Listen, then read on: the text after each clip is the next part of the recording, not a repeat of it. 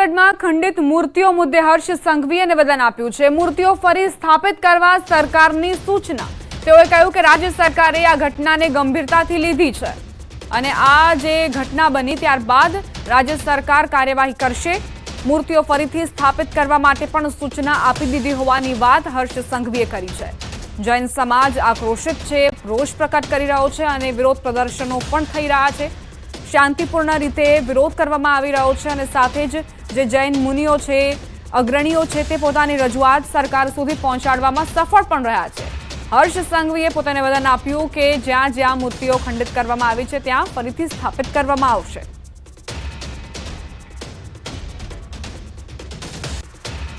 तीर्थंकरों आ प्रतिमा कोई भी ट्रस्ट ने डिमोलिशन के तोड़वानी परवानगी ना ज होई सके। ट्रस्ट द्वारा के जे कोई द्वारा आ प्रतिमाओं तोड़वामां आवी छे एनी अरजीओ लेवामां आवी छे अने आजे मुख्यमंत्री श्री जोड़े चर्चा कर्या बाद सरकार द्वारा कलेक्टर श्री ने सूचना आपवामां आवी छे के नियम प्रमाणे जे मूर्तिओ वर्षो वर्षथी त्यां स्थापित हती तेने हटाववानी कोई परवानगी होई ज ना सके। ए मूर्तिओ ज्यां हती जे दादरो पासे हती ते ज जग्याओ पर फरीथी एने स्थापित करवामां आवे। समाजना हजारों लोकोनी क्यांक ने क्यांक आस्थाने ठेस पहोंची छे। एने तात्कालिक कलेक्टर श्री, एसपी, जैन समाज अने बीजा ट्रस्टोनी हमणां बेठक पूर्ण करीने तात्कालिक ए प्रतिमाओ स्थापित करवानी कामगीरी चालू करवानी सूचना आपवामां आवी छे। बकरी ईदनी रजाना दिवसे पण खानगी शाळाओ चालू राखता विरोध। विद्यार्थीओ, एनएसयूआईना આગેવાનો तथा कांग्रेसना नेताओ धोळकिया स्कूल बंद करावा जता પોલીસે વિરોધ કરતા લોકોની અટકાયત કરી। અનેક ખાનગી સ્કૂલો જાહેર રજાના દિવસે ચાલુ રહેતા ડીઈઓ દ્વારા તપાસના આદેશ અપાયા છે। સાથે જે શાળાઓ ચાલુ છે તેને તાત્કાલિક બંધ કરાવવાની તજવીજ શરૂ કરાઈ છે। રાજકોટ સહિત સમગ્ર રાજ્યભરમાં આજરોજ બકરી ઈદની જાહેર રજા છે। તેમ છતાં રાજકોટ શહેરમાં ખાનગી શાળાઓ છે કે જે જાહેર રજાના દિવસે પણ શરૂ હોવાનું છે તે સામે આવ્યું છે। દ્રશ્યોમાં જોઈ શકાય છે કે કઈ રીતે શાળાઓની અંદર શૈક્ષણિક કાર્ય છે તે શરૂ હજુ પણ રાખવામાં આવ્યું છે। અનેક જગ્યાએ જે બાળકોને છોડી મૂકવામાં આવ્યા છે તો અનેક એવા ક્લાસરૂમ પણ મળી આવી રહ્યા છે કે જેમાં બાળકોને હાલ અત્યારે તેમનું શૈક્ષણિક કાર્ય હોય તે પ્રકારના દ્રશ્યો છે તે હાલ અત્યારે સામે આવી રહ્યા છે। થોડીક જ વાર પૂર્વે અહીં એનએસયુઆઈના અને સાથોસાથ કોંગ્રેસની જે યુવા પાંખ છે, વિદ્યાર્થી આગેવાનો છે, તે પણ અહીં વિરોધ કરવા પહોંચ્યા હતા, પરંતુ સ્થાનિક પોલીસ દ્વારા તેમની અટકાયત છે તે કરી લેવામાં આવી છે। બીજી તરફ અનેક સવાલો જિલ્લા શિક્ષણ અધિકારીની કાર્યવાહી અંગે પણ ઉઠી રહ્યા છે કે આખરે આ પ્રકારની જાહેર રજા છે, બકરી ઈદની રજા છે, તો શા માટે આ પ્રકારની ખાનગી શાળાઓ છે તેમના દ્વારા શૈક્ષણિક કાર્ય છે તે શરૂ રાખવામાં આવ્યું છે। અંકિત પોપટ, ન્યૂઝ 18 ગુજરાતી, રાજકોટ। કોંગ્રેસના આક્ષેપો પર રાજ્ય સરકારે જવાબ આપ્યો છે। કોંગ્રેસ મનગઢંત આક્ષેપ કરતી હોવાનું ઋષિકેશ પટેલે કહ્યું। તેઓએ કહ્યું કે કોંગ્રેસ વિકાસની રાહમાં રોડા નાખવાનું કામ કરી રહી છે। એટલે ગુજરાતની અંદર સતત સત્તા વિહોણી રહેલી કોંગ્રેસ ભૂતકાળમાં પણ આક્ષેપો કર્યા હતા, ક્યારેય સાબિત નથી કરી શકી। કોંગ્રેસ રઘવાઈ થઈ છે અને રઘવાઈ થઈ અને હકીકત અને તથ્યોના ઊંડાણમાં ગયા વગર કેવળ ને કેવળ આક્ષેપો કરી અને ભારતીય જનતા પાર્ટીના વિકાસના રાહમાં ક્યાંક ને ક્યાંક રોડા અને અડચણ નાખી રહી છે। જીઆઈડીસી અને ઔદ્યોગિક ગૃહો અને ઉદ્યોગો માટે જમીન ફાળવવાની નીતિ 1962 થી એટલે કે એમની જ જ્યારે સરકાર હતી ત્યારથી અમલમાં આવેલી છે। 1962 થી જે નીતિ એમને મૂકી હતી ઔદ્યોગિક ગૃહોને જમીન માટે જીઆઈડીસી આપવા માટે, એ વખતે ક્યારે પણ ભૂતકાળ તમે જોઈ લેજો, ક્યારે પણ એમને જમીનની હરાજી અથવા તો હરાજીથી પ્લોટો આપ્યા નથી। મહેસાણાના વિસનગરમાં વાલમ સર્વોદય આશ્રમમાં શિવનંદી ધામ અને શિવનંદી વાનનું ઉદ્ઘાટન કરાયું। આરોગ્ય મંત્રી ઋષિકેશ પટેલના હસ્તે કરાયું ઉદ્ઘાટન। શિવનંદી ધામમાં લગભગ 110 નંદી રહી શકે તેવી વ્યવસ્થા। 2 સેવાભાવી સંસ્થાઓએ વાર્ષિક 1 લાખ ખર્ચની જવાબદારી પણ સ્વીકારી। વડોદરાના શિનોરમાં નર્મદા ઘાટ ઉપર ગંગા દશેરાની ઉજવણી કરાઈ. મુસાફળિયાથી નર્મદા ઘાટ સુધી ભવ્ય શોભાયાત્રા યોજાઈ. 600 મીટર લાંબી ચૂંદડી નર્મદા માતાને અર્પણ કરાઈ. મોટી સંખ્યામાં શ્રદ્ધાળુઓએ પૂજા વિધિમાં જોડાયા. સોમનાથ ત્રિવેણી સંગમ પર ગંગા દશેરા નિમિત્તે મહાઆરતી અને પૂજા અર્ચના કરાઈ. હિરણ, કપિલા અને સરસ્વતી નદીના સંગમ સ્થળ ઉપર જિલ્લા કલેક્ટરે મહાપૂજા અને આરતી કરી. સોમનાથ ટ્રસ્ટ તરફથી કરાયું હતું આયોજન. બિહારના અનુમંડલના મોકામામાં ભવ્ય ગંગા આરતીનું કરવામાં આવ્યું આયોજન. હજારો શ્રદ્ધાળુઓએ ગંગા આરતીનો લીધો લાહવો. વારાણસીથી આવેલા પૂજારીઓ દ્વારા કરાઈ ગંગા આરતી. મંત્રી કુંવરજીભાઈ બાવળિયાએ કર્યા મા અંબાના દર્શન. દરેક વિસ્તારોમાં પાણી અને સિંચાઈના પ્રશ્નોને લઈને તકેદારી લેવાશે તે અંગે કુંવરજી બાવળિયાએ આપી ખાતરી. 70 એલપીસીડી પ્રમાણે પાણીની યોજના બદલીને 100 એલપીસીડી પ્રમાણે પાણી મળી રહે તેવું કરાશે આયોજન. બનાસકાંઠામાં નર્મદા તંત્રની લાલિયાવાડી તૂટેલી કેનાલમાં માત્ર રેતી નાખી ગાબડું પૂરી દેવાયું. થરાદની ભાપી નજીક મુખ્ય કેનાલમાં પોલાણ પડતા કેનાલ ડેમેજ થઈ હતી. માત્ર રેતી નાખી ગાબડું પૂરતા ખેડૂતો રોષે ભરાયા. વડોદરા શહેર ભાજપ પ્રમુખની ચૂંટાયેલા સભ્યોને વિવાદાસ્પદ સૂચના. વિસ્તારમાંથી મત નથી મળ્યા ત્યાં વિકાસના કામો ન કરવાની સૂચના અપાઈ.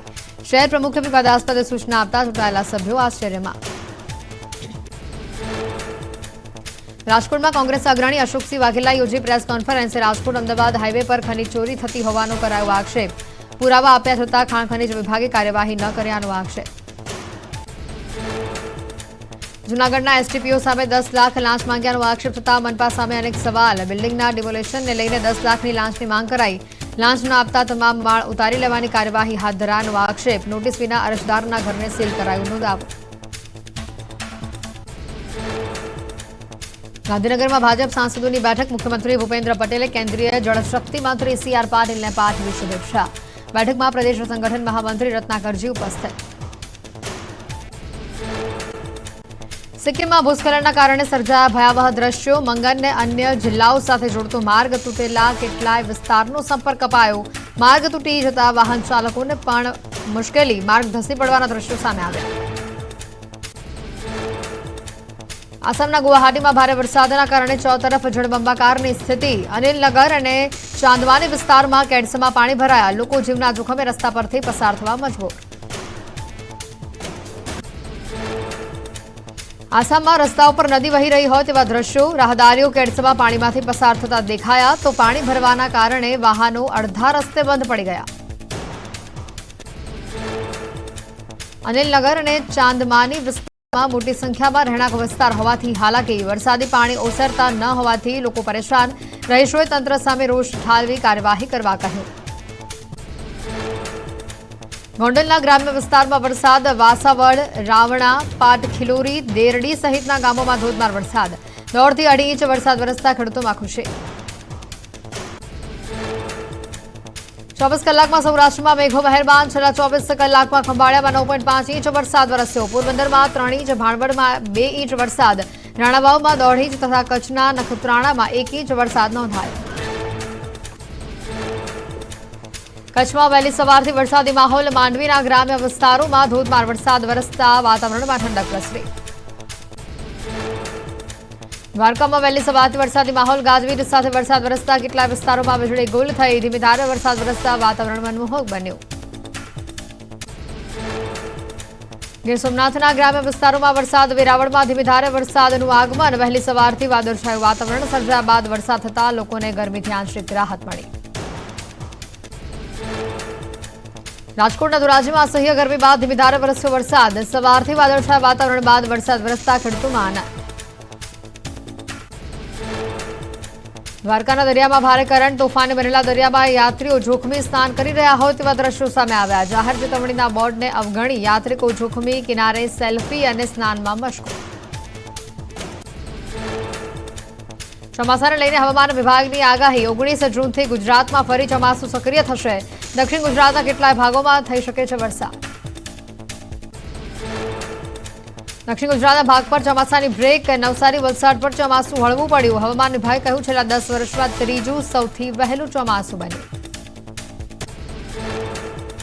ગુજરાતમાં 4 દિવસ વરસાદની આગાહી. ગાજવીજ, તેજ પવન અને મધ્યમ વરસાદની આગાહી. દ્વારકા, પોરબંદર સહિતમાં પડી છે વરસાદ. ચોમાસાને લઈને અંબાલાલ પટેલની આગાહી વિરામ લઈ રહેલું ચોમાસું હવે આગળ વધશે 24 કલાકમાં ચોમાસું ગુજરાતમાં ફરી સક્રિય થશે 11મી જૂને ચોમાસાએ ગુજરાતમાં લીધી હતી એન્ટ્રી રાજ્યમાં 17 થી 22 જૂન સુધી આંચકાનો પવન ફૂંકાશે આવતીકાલથી આંધી વંટોળ ગાજવીજ સાથે પડી શકે છે વરસાદ કાચા મકાનના છાપરા ઉડી જાય તેવો પવન ફૂંકાઈ શકે ગુજરાતમાં 2 શાખાઓનો થશે ફાયદો અરબ સાગર બંગાળની ખાડીમાં લો પ્રેશર બનશે 20મી જૂનથી ડીપ ડિપ્રેશન બનશે 2 શાખા સક્રિય થતા મધ્યપ્રદેશમાં ભારે વરસાદ થશે 20મીથી શરૂ થતો વરસાદ વાવણી લાયક રહેશે રાજ્યમાં 20 થી 28 જૂનથી નિરંતર વરસાદ શરૂ રહી શકે અંબાલાલ પટેલે કહ્યું આદ્રા નક્ષત્રમાં થતો વરસાદ સારો ગણાય મૃગશીર્ષ નક્ષત્રમાં થશે વરસાદથી પાકમાં રોગનો ભય પણ રહેશે હવે જે વરસાદ થશે તેનાથી પાકને સારો ફાયદો અંબાલાલ પટેલે કહ્યું હવે ખેડૂતોએ ચિંતા કરવાની જરૂર નથી પશ્ચિમ બંગાળના દાર્જિલિંગમાં મોટી રેલ ઘટનામાં 5 મુસાફરોના નીપજ્યા મોત ન્યૂ જલપાઈગુડીથી સિયાલદાહ જઈ રહેલી કાંચનજંગા ટ્રેનને નડ્યો અકસ્માત રંગાપાણી અને નીજબાડી વચ્ચે ઉભેલી ટ્રેનને માલગાડીએ પાછળથી ટક્કર મારતા 3 ડબ્બા થયા ક્ષતિગ્રસ્ત હાલ બચાવ કામગીરી શરૂ ઘટના સ્થળે તબીબોની ટીમ એલર્ટ પર રાખવામાં આવી રેલવે દુર્ઘટનાને લઈને તંત્ર એક્શનમાં દુર્ઘટનામાં 25 થી વધુ લોકો ઇજાગ્રસ્ત થયાની છે શક્યતા 15 થી વધુ એમ્બ્યુલન્સ સ્થળ પર તૈનાત દુર્ઘટનાને લઈને રેલવે તંત્રએ હેલ્પલાઇન નંબર જાહેર કર્યા